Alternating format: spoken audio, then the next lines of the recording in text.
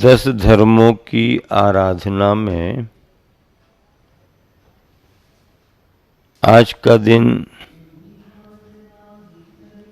आकिंचन्य धर्म के नाम से जाना जाता है।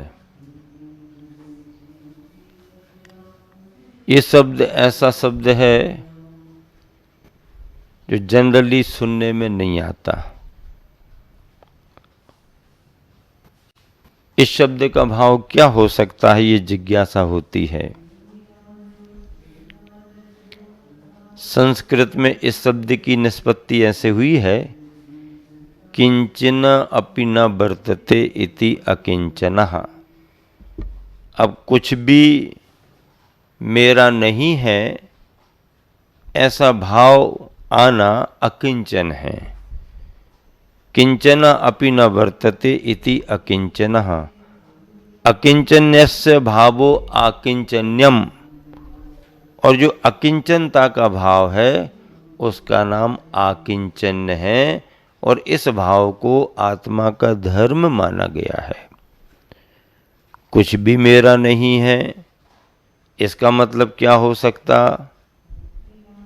क्या शरीर मेरा नहीं है? क्या संपत्ति मेरी नहीं है? क्या संबंधी मेरे नहीं हैं? दुनिया तो इन सबको अपना मानती है।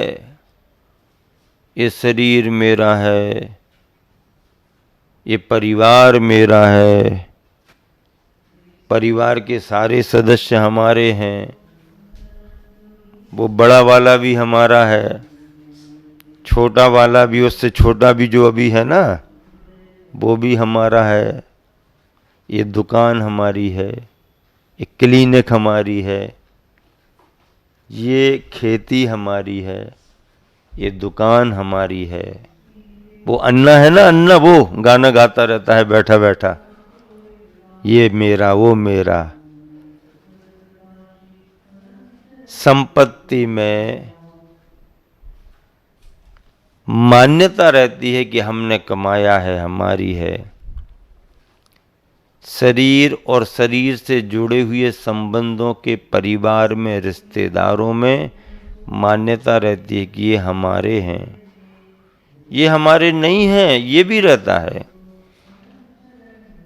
नको, ये हमारे नहीं हैं, चलो कहाँ से आ गए?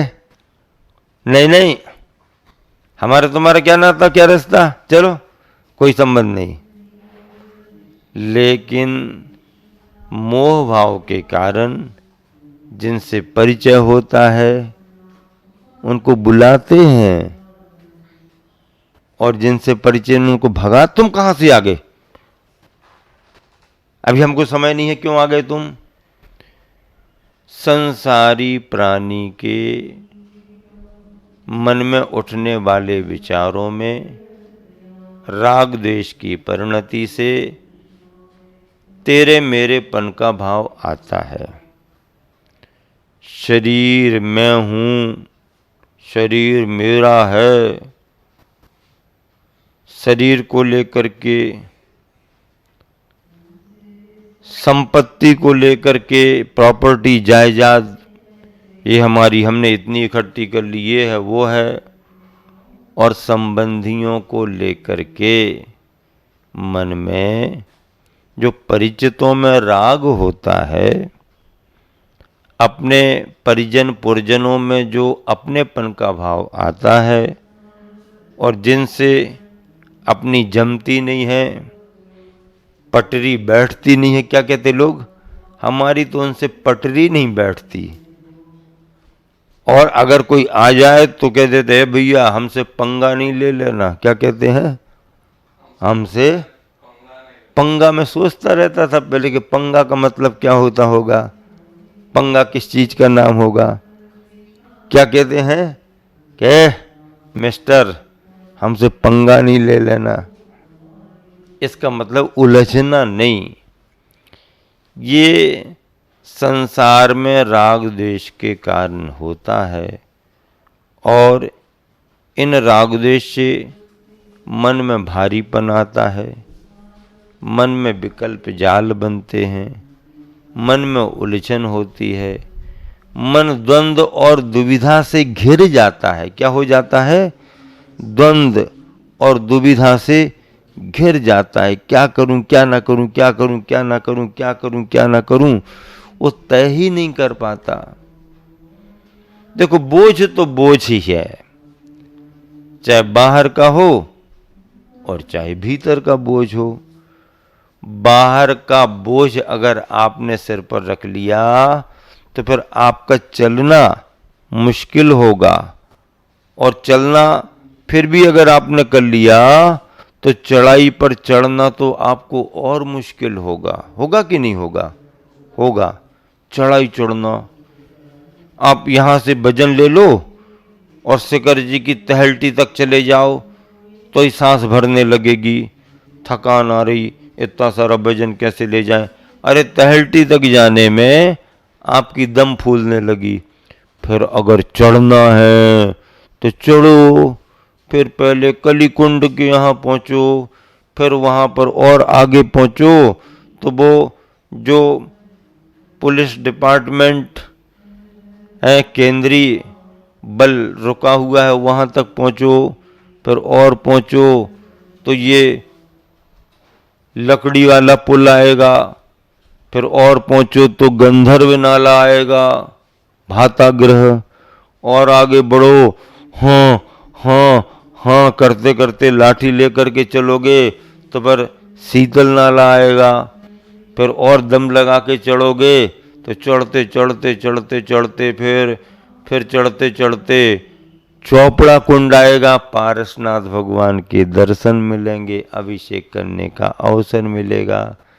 चौपड़ा कुंड है, जल से कुंड भरा हुआ है। और चढ़ो, चढ़ते चढ़ते फिर गौतम स्वामी की टोंक और पहाड़ आएगा। पहाड़ पर जाने के बाद अच्छा लगता है, लेकिन पहाड़ तक पहुंचने में पसीना बहाना पड़ता है। क्या बहाना पड़ता है? क्या बहाना पड़ता है? पसीना बहाना पड़ता है। सीना भारी होने लगता है। सीना कैसा होने लगता है? भारी होने लगता है। फिर लगा के और चढ़ जाते हो, फिर ऐसा बीच बीच में लगते है भार काय को ले लियो, उतार दो, फेंक दो, ये करो वो करो, वजन बहुत हो गया। मतलब बोझा चलने में भी बाधक है, चढ़ाई चढ़ने में तो बाधक है ही।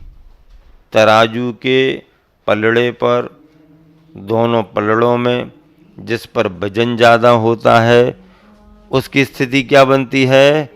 वजनदार तराजू का पलड़ा नीचे की ओर जाता है, हल्का ऊपर की ओर आता है। ऐसे ही जिनको परिग्रह का बोझा है और परिग्रह के निमित्त विकल्पों का बोझा है, भावों का बोझा है, वो ऊर्ध्वगमन नहीं कर सकते, उनकी यात्रा ऊर्ध्वगामी नहीं हो सकती। इसीलिए क्या कहा गया? जैसे तुम्बी फल होता है, उस तुम्बी के फल पर अगर आपने मिट्टी खूब लपेट दी, लगा दी, तो पानी में डूब जाती है।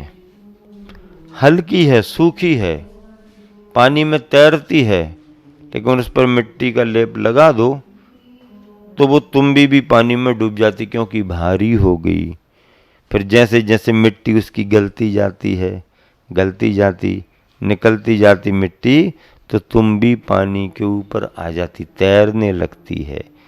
भारीपन हमें डुबोता है और हल्कापन हमें ऊपर ऊपर तैर करके पार करा देता है। इसीलिए कह रहा हूं कि आकिंचन धर्म यहाँ क्यों कहा?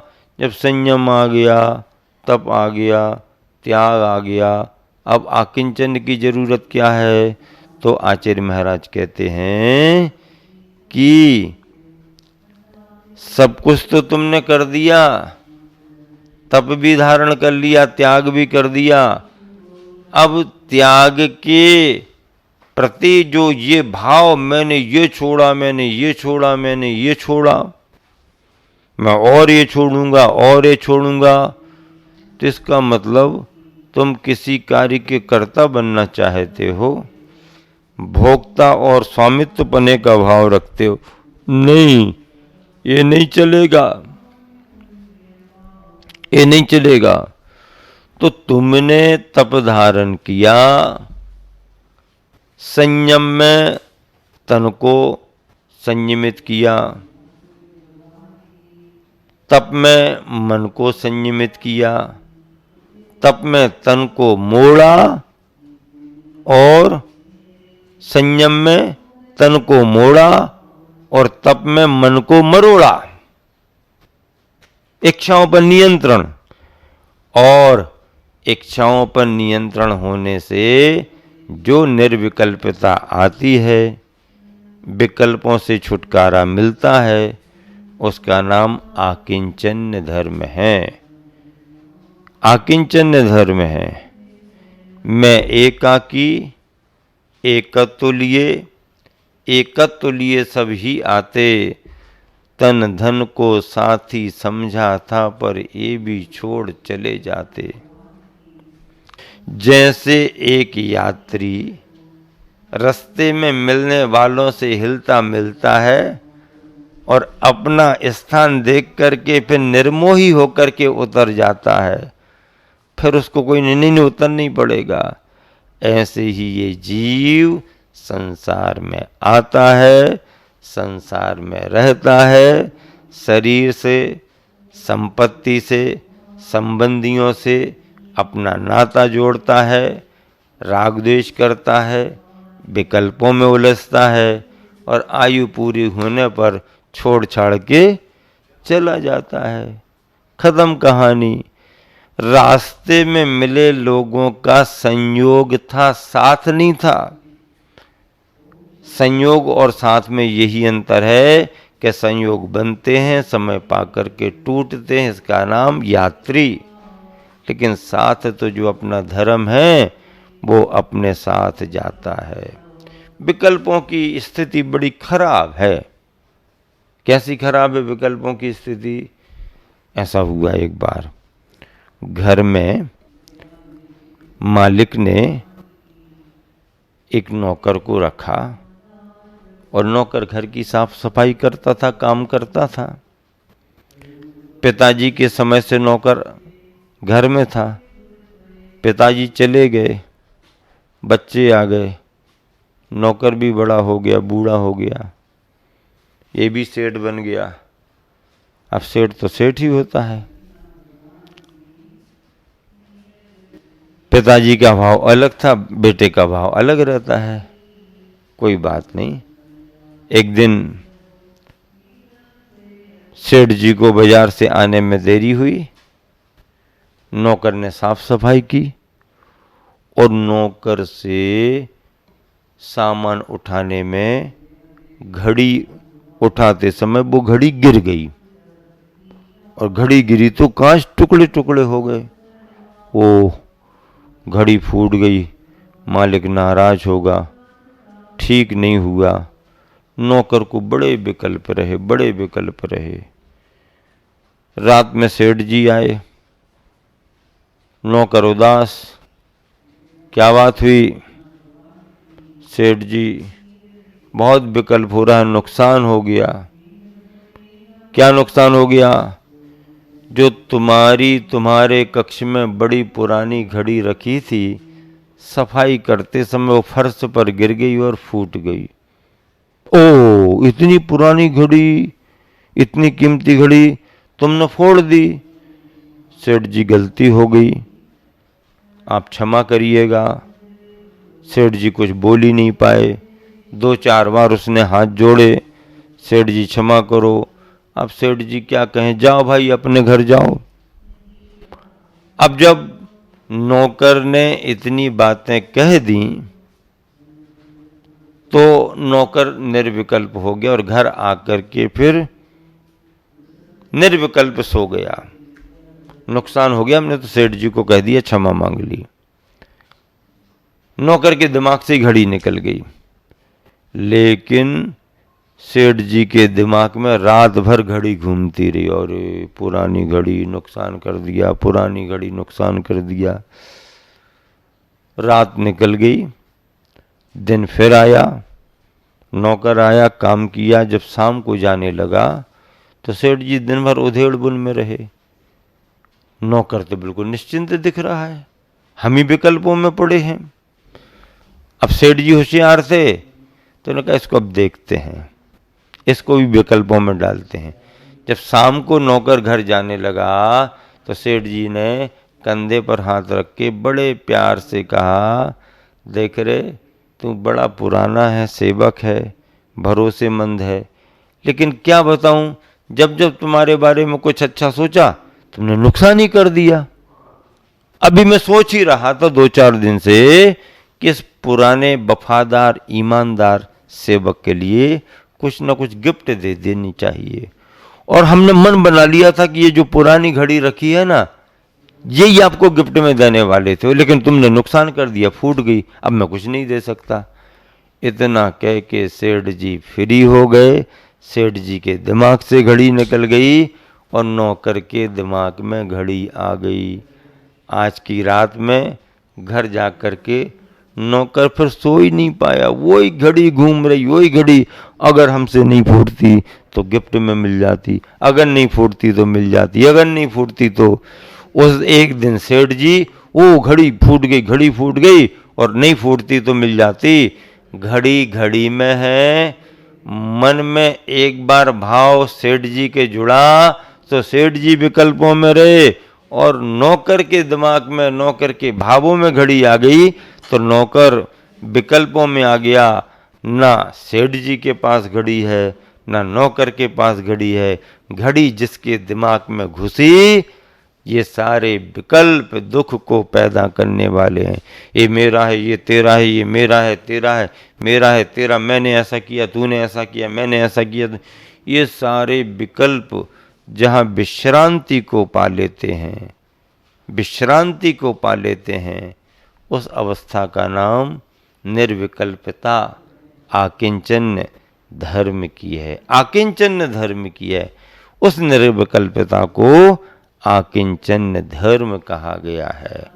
ऐसा आकिंचन्य धर्म आप सबके जीवन में आए, संसार, शरीर और संपत्तियों से आप दूर हों, और अगर रहने की उसमें स्थिति ही बने तो मोह का भाव इतना कम होता जाए, कम होता जाए कि उसमें उलझन आपको ना हो, और उससे सुलझ करके बाहर का बोझा कम करें और विचारों का बोझा भी कम करें, तो ऊर्ध्वगामी सिद्धत्वपने की आपकी यात्रा सफल हो जाएगी।